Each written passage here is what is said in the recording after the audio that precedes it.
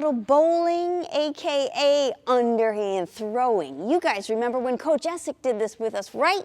Well, we have a cup target and a beanbag. And guess what? Yeah, you're right. You've got to make a super long throw. So here's how it goes.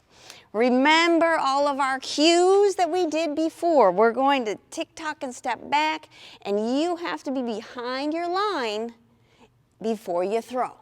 Then you get one throw. Your turn's over. Give your beanbag, go get it, give it to the next person, and then it's their turn. Oh, we got it. That's 1 point. Quickly set it back up. Grab your equipment and hand it to the next person. Keep going until a minute is up. How many points can you score in 1 minute? Good luck, boys and girls.